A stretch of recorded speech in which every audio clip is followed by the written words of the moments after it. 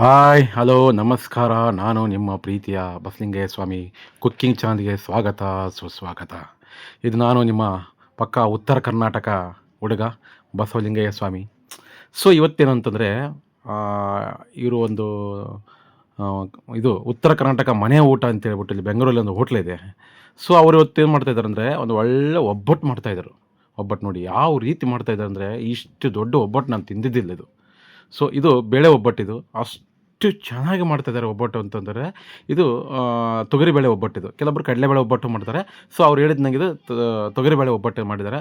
Just ಒಂದು ಹೋಳಿಗೆ ತಿಂದುಬಿಟ್ರೆ ಸಾಕು, ಅಷ್ಟು ಹೊಟ್ಟೆ ಎಲ್ಲ ಫುಲ್ ಆಗುತ್ತೆ. ಒಂದು ಹೋಳಿಗೆ ಬೆಲೆ ಎಷ್ಟಂದರೆ ₹25 ಇದು. ಅಷ್ಟು ಒಂದೇ ಹೋಳಿಗೆ ತಿಂದು ಸಾಕು, ಅಷ್ಟು ಚೆನ್ನಾಗಿರುತ್ತೆ ಹೋಳಿಗೆ. ಸಖತ್ ಗುರು. ನಾನು ಒಂದು ಹೋಳಿಗೆ ತಿನ್ನೋದಕ್ಕೆ ಸುಸ್ತಾಗಿ ಹೋಯ್ತು ಇದು. ಅಷ್ಟು ಚೆನ್ನಾಗಿರುತ್ತೆ ಹೋಳಿಗೆ. ಸೊ ಇದು ಎಚ್ ಬಿ ಆರ್ ಲೇಔಟಲ್ಲಿ ಬರುತ್ತೆ ಬೆಂಗಳೂರಲ್ಲಿ. H B R layout Punnappa layout ಅಂತ ಹೇಳ್ಬಿಟ್ಟು ಈ ಹೋಟ್ಲ್ ಅಡ್ರೆಸ್.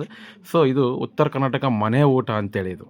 ಸೊ ನಿಮಗೆ ಒಬ್ಬಟ್ಟು ತಿನ್ನಿಸ್ಬೇಕಾಗಿತ್ತು ಅಂತಂದರೆ ಈ ಕಡೆ ಬಂದಾಗ ನೀವೇನು ಮಾಡ್ತಂದರೆ ಈ ಒಂದು ಹೋಟ್ಲಿಗೆ ಭೇಟಿ ಕೊಡಿ ಇವತ್ತು.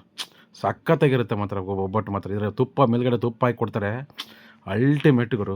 ಸೊ ಮತ್ತು ಇದಕ್ಕೆ ಮತ್ತೆ ಸ್ನ್ಯಾಕ್ಸ್ ಕೊಡ್ತಾರೆ ಸೈಡಲ್ಲಿ. ಪಲ್ಯ ಒಂದು ಕಡೆ ಪಲ್ಯ ಹಚ್ಕೊಂಡು ತಿಂತಾರೆ ಇದಕ್ಕೆಲ್ಲ. ಬದ್ನೆಕಾಯಿನೋ ಇಲ್ಲ ಹೀರೆಕಾಯಿನೋ ಇವತ್ತು ಪಲ್ಯ ಇದ್ರ ಜೊತೆ ತಿಂದುಬಿಟ್ರೆ ಸಖತ್ತಾಗಿರುತ್ತೆ.